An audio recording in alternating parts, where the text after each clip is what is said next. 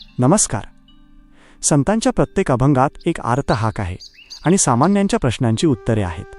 आपण शब्दांचा अर्थ तर वाचतो, पण त्यामागचा भाव समजून घेणे जास्त महत्त्वाचे आहे.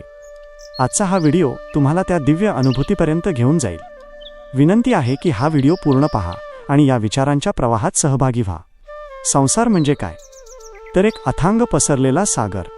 आपण सर्वजण या संसाराच्या लाटांवर स्वार होऊन पलीकडे जाण्याचा प्रयत्न करत आहोत. पण संत नामदेव महाराज या अभंगातून आपल्याला या भवसागराचे वास्तव आणि त्यातून तरुण जाण्याचा एकमेव मार्ग किती सहजतेने सांगतात ते आपण समजून घेऊया आणि जाणून घेऊया या अभंगाचा भावार्थ, विश्लेषण, सामाजिक संदेश व वास्तविक जीवनातील उदाहरणासह.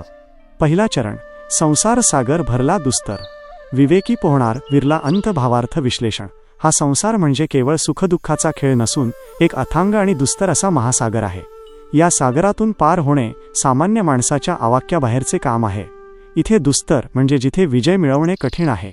या महासागरातून सुरक्षितपणे पलीकडे जाण्याचे सामर्थ्य फक्त अशा माणसाकडे असते ज्याच्याकडे विवेक आहे. विवेक म्हणजे काय?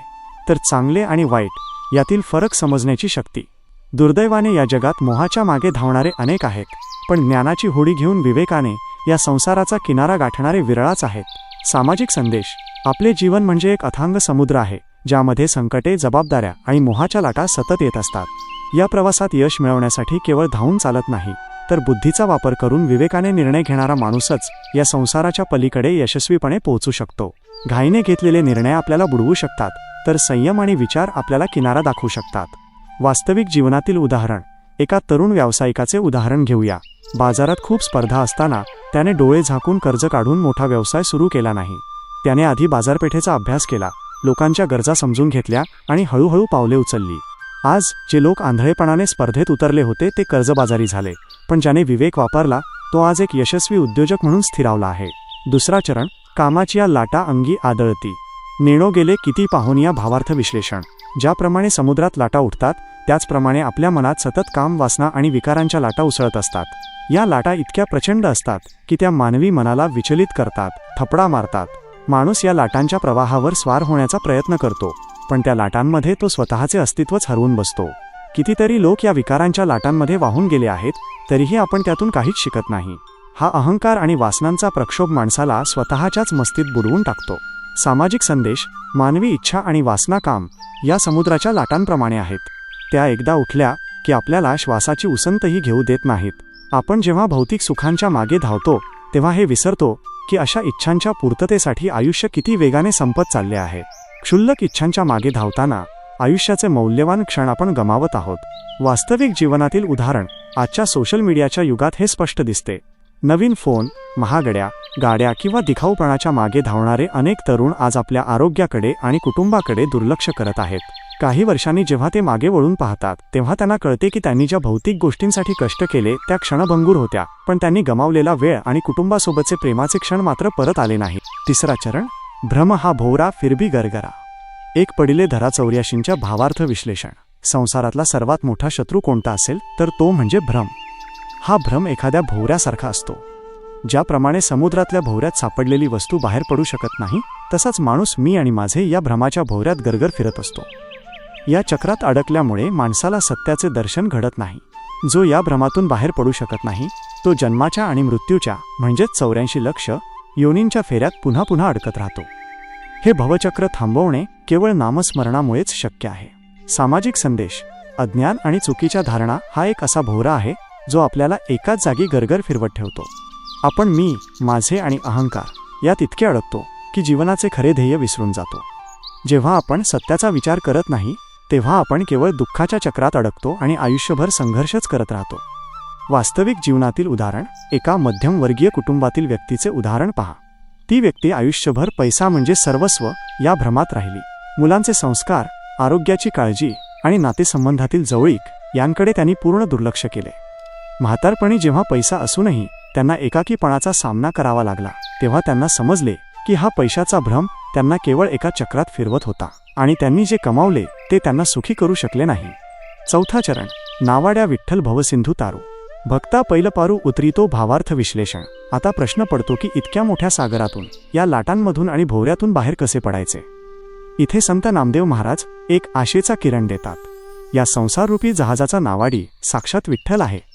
ज्याच्या हातात विठ्ठलाच्या नावाचे पतवार वल्हे आहे त्याला घाबरण्याचे कारण नाही. पांडुरंग हा असा नावाडी आहे जो आपल्या भक्तांना या अथांग संसारातून सुरक्षितपणे पलीकडे म्हणजेच मोक्षाच्या किनाऱ्यावर घेऊन जातो. विठ्ठलाची भक्ती हीच या सागरातून बाहेर पडणारी एकमेव नौका आहे. सामाजिक संदेश. जेव्हा माणूस सर्व बाजूंनी संकटात अडकतो तेव्हा त्याला एका आधाराची गरज असते. नावाडी म्हणजे असा मार्गदर्शक किंवा ती शक्ती जी आपल्याला संकटांतून बाहेर काढते. आपल्या आयुष्यातील गोंधळ थांबवून ईश्वरी तत्वावर किंवा चांगल्या विचारांवर विश्वास ठेवला तर आपण या दुःखाच्या समुद्रातून नक्कीच बाहेर पडू शकतो. हा आधार आपल्याला मानसिक बळ देतो. वास्तविक जीवनातील उदाहरण. एका मोठ्या नैसर्गिक आपत्तीचे किंवा अपघाताचे उदाहरण घेऊया. जेव्हा सर्व काही गमावून माणूस हतबल होतो तेव्हा काही लोक पूर्णपणे खचून जातात. पण ज्यांनी त्या कठीण प्रसंगात स्वतःला सावरून एका ध्येयावर किंवा सकारात्मक विचारावर लक्ष केंद्रित केले त्यांनी पुन्हा शून्यातून विश्व निर्माण केले.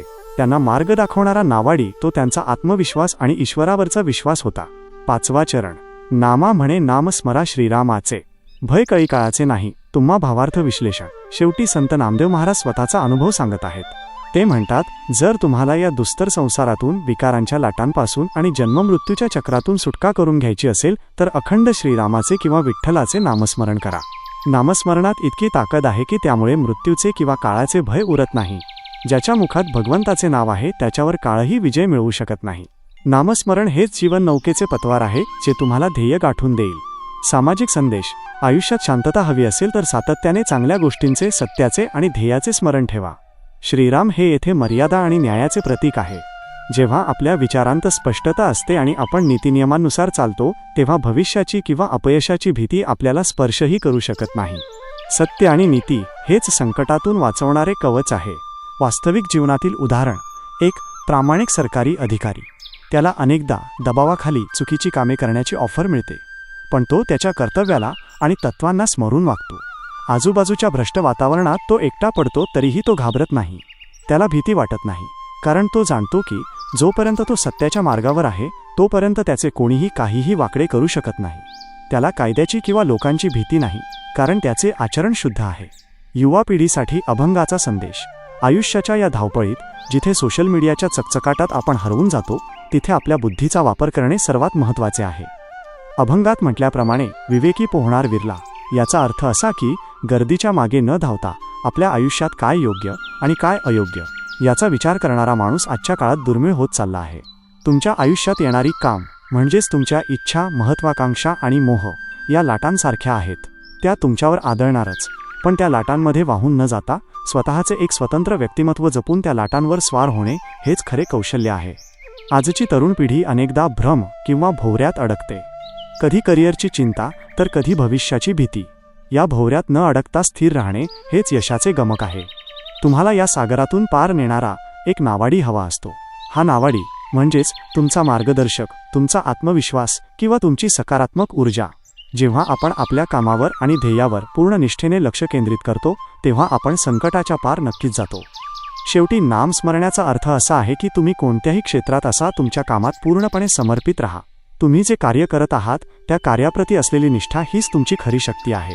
जेव्हा तुमचा स्वतःवर आणि तुमच्या कर्तृत्वावर विश्वास असतो तेव्हा कोणत्याही संकटाची किंवा अपयशाची भीती तुम्हाला उरत नाही. तर मित्रांनो, संसाराच्या या सागरात पोहताना गोंधळून जाऊ नका. तुमच्यातील विवेक जागृत ठेवा, ध्येयावर लक्ष केंद्रित करा आणि आत्मविश्वासाची शिदोरी सोबत ठेवा. यश नक्कीच तुमच्याकडे येईल. धाडसी बना, विचार करून कृती करा आणि स्वतःचा मार्ग स्वतः घडवा. धन्यवाद. संसार हा जरी कठीण सागर असला तरी घाबरून जाऊ नका. विवेकाची जोड द्या, अहंकाराचा भ्रम सोडा आणि विठ्ठलाच्या नावावर श्रद्धा ठेवा. नामस्मरणाची नौका तुम्हाला या भवसागरातून नक्कीच पार करून नेईल. जीवनात विवेक ठेवा, इच्छांना मर्यादित करा, भ्रमातून बाहेर पडा, संकटात एक आधार शोधा आणि सत्याचे स्मरण ठेवा. हेच यशस्वी जीवनाचे सार आहे. भक्ती म्हणजे केवळ वारी नाही तर संतांचे विचार आचरणात आणणे हीच खरी वारी आहे. भावार्थ संतवाणी हा तुमचा आणि आमचा एक सात्विक संवाद आहे. हा व्हिडिओ तुमच्या मित्रपरिवारासोबत नक्की शेअर करा. कमेंटमध्ये माऊली लिहायला विसरू नका. पुंडलिक वरदा हरी विठ्ठल. श्री ज्ञानदेव तुकाराम. पंढरीनाथ महाराज की जय.